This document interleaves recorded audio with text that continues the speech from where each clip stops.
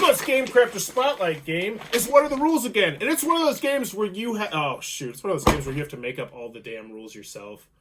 Almost all. Oh, let's talk about it.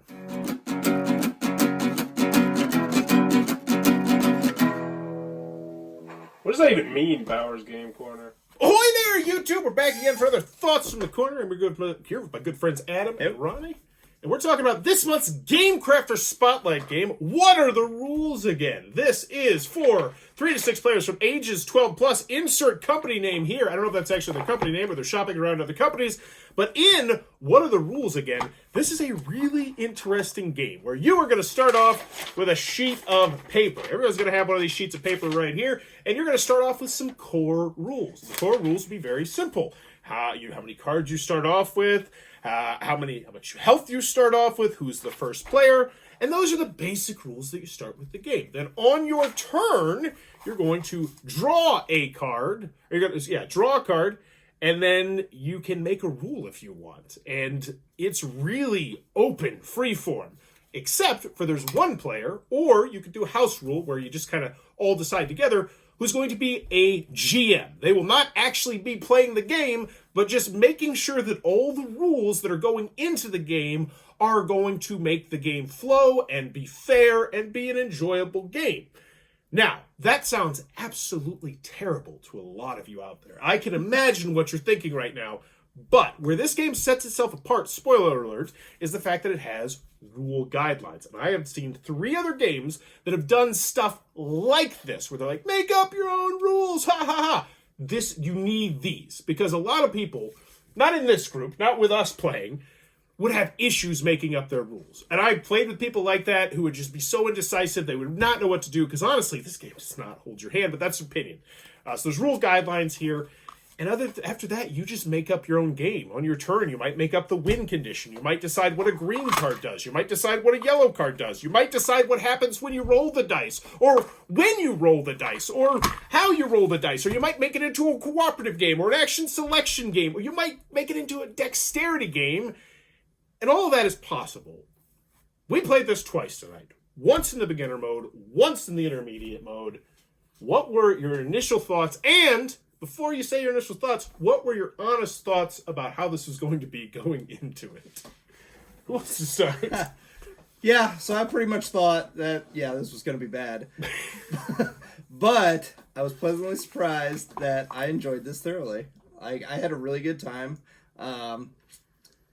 I think that if you played it more, like, you'd get more creative with the rules, or somebody would come up with a fun rule, and you're like, oh yeah, well, we should do that more often, you know? And use it in the future? Yeah.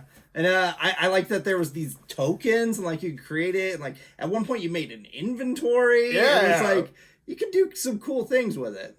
Oh man, I didn't even use my inventory. You had 2 spots in your inventory. That had it. I did have inventory pretty late in the game, and there was no reason to have an inventory. Yeah. But it was fun. Right? Yeah, so initially I definitely thought it was going to be a dumb game.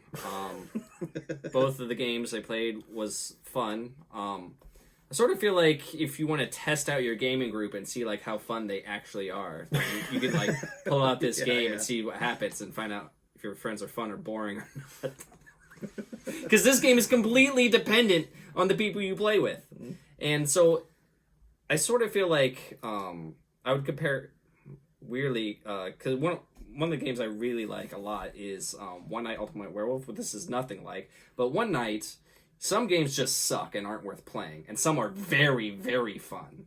And I feel like this game is that as well. I feel like some of the games of this you're going to play is just going to be crap and not worth playing, and some of them will be really fun. Well, I feel like that's also on the players and on the GM somewhat. But, like, it's a really interesting dynamic because as you created a new rule, I was like, oh, shoot, how am I going to change the rules or add a rule to make it so that I can... How is he trying to exploit this rule, and how can I interrupt that exploitation? But you can't do it too much. You can't just completely counter someone else's rule, which is why there's a GM there to make sure that that doesn't happen. It's just a fascinating gaming experience, and I also had a really great time with this as well, and I'll be honest with you, I was dreading playing this game. I thought it was going to suck, and I will be brutally honest. I feel like had I played this with not Ronnie and Adam, or maybe it was just a different. I think this is going to vary group by group That's by what I group. say. If you want to test your friend group, Well, I would play say this game. So, do you think one person could ruin this? Like, Yes, could make it Absolutely. awful? Absolutely. I think they could make a rule that would. I don't know. I feel like the GM would have to be in charge. The GM, and that's why there is a GM. Yeah, And which is you a have good to have idea. a GM who's a dick too. And Well, I mean, why would you make that person the GM? well, I mean, because I feel because you can come up with a rule that like shouldn't be stricken down, but also should be. What do you mean? Like what? Like if you I'm make a sure rule. I could Well, do here's my question. What if you make a rule? I don't know. It's so weird. It's such a weird game. It is such a weird Well, game. so to me, the goal of this game is to make the game fun. Like the goal of this game isn't to win; it's to figure out how to make the game fun. At least that's how I played it. Like that's really how I played it with the rules that I came up with. I was trying to make the game fun. Like more balanced, more even, No, or just just- good in general. Just so I was trying to make it interesting rules to make the game interesting. I guess is another way of saying it: interesting, fun. Okay. Yeah. And I did notice that as well. But I feel like some people could totally just do a cutthroat on this. I don't feel like you'd want to play with the person. Oh yeah, who's I even hardcore. said how I could have made it cutthroat, but I didn't. Right. I'd love to play a game of this. I would be excited to play a game of this cutthroat. I mean, I feel like this is a really good game. And I feel like it's a really good activity. I think it's going to go over well with kids. I think you have to know play this with kids. I don't think so either. Yeah, I would never. Oh my gosh, the arguments you would have. Yeah. Well, that's why Oh, there's yeah. a GM. That's why there's a strict arm GM who will Yo. keep those kids in line. Strict arm, that means I'm going to slap him, doesn't it? I meant like... You do what you do. At least use a ruler. Come on. Okay, so, as always, I ask the $1 million question. If I were going to not get rid of this game and hand it to you, would you want it in your collection? That's $1 million question. I mean, it's probably worth at least 60 grand. Yeah, I would. I would take this game. Nah, I wouldn't. Okay. I wouldn't pull it out. It's a hard one to pull out, too, just because... I'd rather not know if my friend group's good or not. Just keep that a mystery. Well, it's when you go to a new friend group, like a new group, you'd be like, "Oh, let's play this game. Let's see how you guys are." Never mind, I'm leaving. I'm out of here. Oh God, you guys suck. You make the worst rules. I feel like this would be really fun with a group of game designers. Because there's just no limit to the amount of Yeah, you're like how elaborate are you gonna get with you your could add what? components. I mean, Yeah. you could add components to say, all right, I'm grabbing some And I feel cubes. like some stuff that wasn't said is the game comes with tokens. What do the tokens do? I don't know. You It decide. could be anything. Yeah. Yeah, and what we ended up doing is making the tokens the same as the cards, but you could very easily have the tokens do completely different. You could make a really... There's also dice. Yeah. What do the dice do? Well, there's spots Oh on yeah. here. So advanced, there's That's something worth multiple mentioning win as well. conditions. These pieces of paper do not come with the game. You have to print them yourself. That is annoying. At the end of the day, what are the rules again?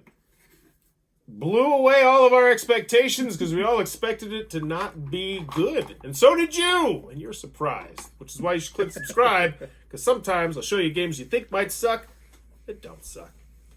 Sometimes I'll show you games that suck that you don't think suck, and I'm sorry. But that is, what are the rules again? If it looks like it might be a cup of tea, be sure to check out the Game Crafter link down below. Also, if you ever want to create a game of your own, not this one necessarily like this, but your actual game that you can shop to publishers or do whatever you with, Game Crafter is the place to do it. I used it for my prototype of a game 10 years ago, and since then, they have done nothing but make the place even more nice and fancy. You can print off minis, you get tons of deluxeified components. Definitely check out the Game Crafter. If you enjoyed the content, please be sure to click on the subscribe button down below as I'm trying to reach 13,000 subscribers before I die. And as always, thanks for your time, YouTube.